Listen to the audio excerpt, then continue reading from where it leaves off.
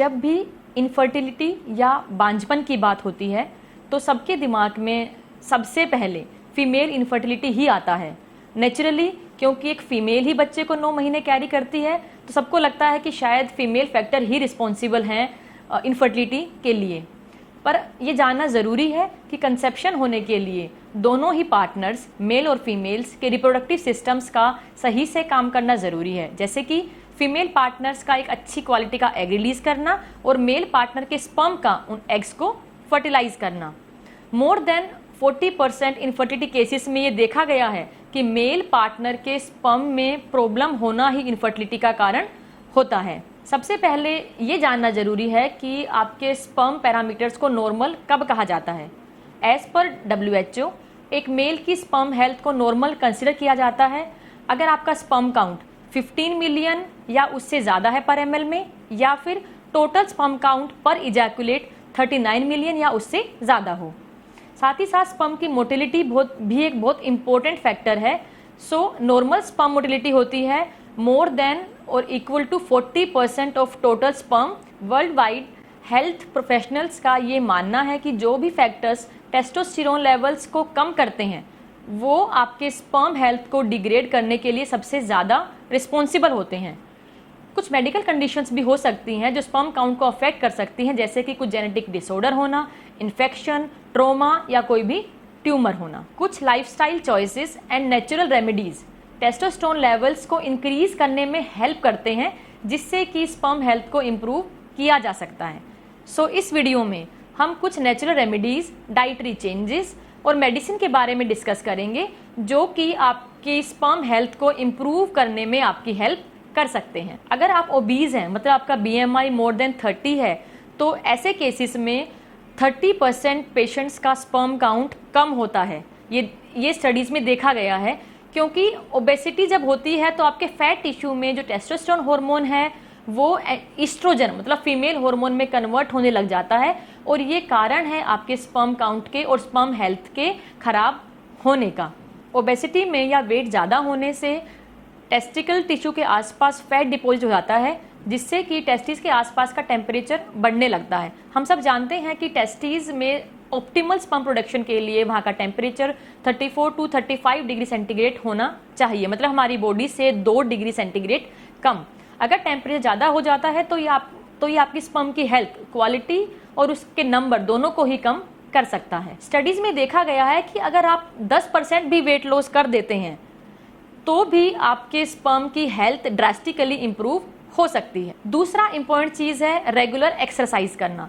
Weight loss और exercise दोनों side by side चलते हैं, बट जब आप एक्सरसाइज करते हैं तो आपके बॉडी में एंडोर्फिन्स रिलीज होते हैं जो कि आपके स्ट्रेस लेवल को काफ़ी हद तक कम कर सकते हैं, और स्ट्रेस भी स्पर्म काउंट कम होने का एक बहुत बड़ा कारण तो नहीं कहूँगी, बट साइड बाय साइड ज़रूर एक एडिटिव रीज़न हो सकता है।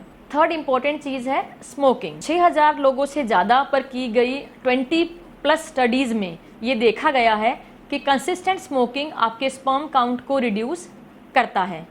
इन स्टडीज़ में रिसर्चर इस कंक्लूजन पर पहुंचे हैं कि मॉडरेट और हैवी स्मोकिंग करने वाले लोगों का स्पर्म काउंट काफ़ी कम होता है एज़ कम्पेयर टू जो बिल्कुल भी स्मोकिंग नहीं करते हैं। स्मोकिंग आपके काउंट और मोटिलिटी दोनों को ही अफेक्ट करता है।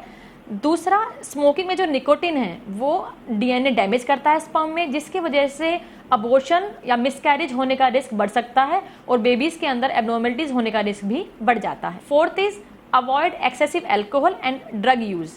स्मोकिंग की तरह ही अगर बहुत ज़्यादा मात्रा में एल्कोहल लिया जाए तो ये भी आपकी स्पर्म हेल्थ पर बुरा इफेक्ट डालता है। इसके अलावा ड्रग्स जैसे कि मैरिजुआना, कोकेन से भी आपका स्पर्म काउंट कम हो जाता है और आपकी स्पर्म हेल्थ खराब हो सकती है। Avoid certain medications. कुछ मेडिकेशंस भी आपके स्पर्म प्रोडक्शन को अफेक्ट कर सकती हैं।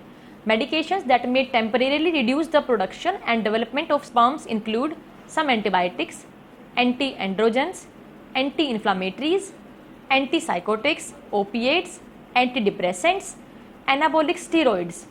एनाबॉलिक स्टीरॉइड्स के यूज़ के बाद आपका स्पर्म काउंट स्टॉप करने के 1 साल तक भी कम रह सकता है, मतलब कि स्टीरॉइड्स का इफेक्ट आपकी बॉडी में 1 साल तक परसिस्ट कर सकता है। एक्सोजीनस और सप्लीमेंट्री टेस्टोस्टेरोन हार्मोन जैसे कि हमने बात करी कि आपकी स्पर्म की हेल्थ के लिए ज़रूरी है, बट अगर आप बाहर से सप्लीमेंट लेते हैं तो ये आपकी हेल्थ के लिए बहुत ख़राब है।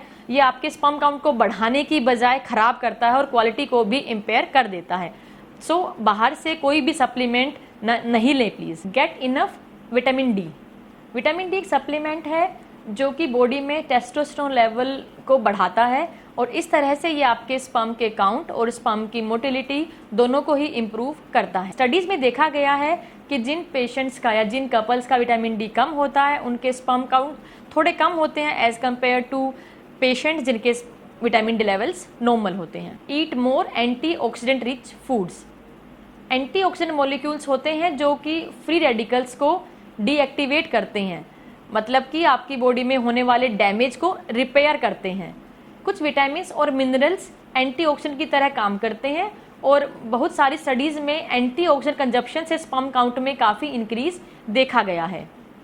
कुछ एंटीऑक्सीडेंट जो कि स्पर्म हेल्थ को इम्प्रूव करने में हेल्प करते हैं वो हैं beta carotene, lutein, vitamin C and coenzyme Q10। Increase healthful fat intake. Poly unsaturated fats good fats होते हैं जो स्पर्म मेम्ब्रेन के हेल्दी डेवलपमेंट के लिए महत्वपूर्ण हैं, जैसे कि ओमेगा 3 एंड ओमेगा 6। 2019 की एक रिसर्च में पाया गया है कि मेल इनफर्टिलिटी केसेस में ओमेगा 3 फैटी एसिड की हेल्प से स्पर्म मोटिलिटी को काफ़ी इम्प्रूव किया जा सकता है। Foods rich in omega 3 fatty acids are salmon fish, oysters, chia seeds, hemp seeds, flax seeds, walnuts and soybean oil. Reduce unhealthful fat intake. Junk fried food खाना avoid करें। ये fat जो हम बार बार फ्राई करते हैं ये सैचुरेटेड फैट्स हैं जो बॉडी की हेल्थ के लिए ठीक नहीं है और ये स्पर्म हेल्थ पर भी बुरा असर डालते हैं। Limit exposure to environmental and occupational contaminant. कुछ केमिकल्स जैसे कि लेड या पेंट इंडस्ट्री में यूज होने वाले केमिकल्स, आयोनाइजिंग रेडिएशन भी आपके स्पर्म काउंट को अफेक्ट कर सकती हैं। सो इनका एक्सपोजर कम से कम हो ये ट्राई करें। Supplements to improve sperm health. कुछ सप्लीमेंट्स हैं जो स्पर्म हेल्थ को इम्प्रूव करते हैं, जो यही कहें कि स्पर्म की प्रोडक्शन के टाइम पे ज़रूरी होते हैं, जैसे कि जिंक, सेलेनियम, कार्निटिन।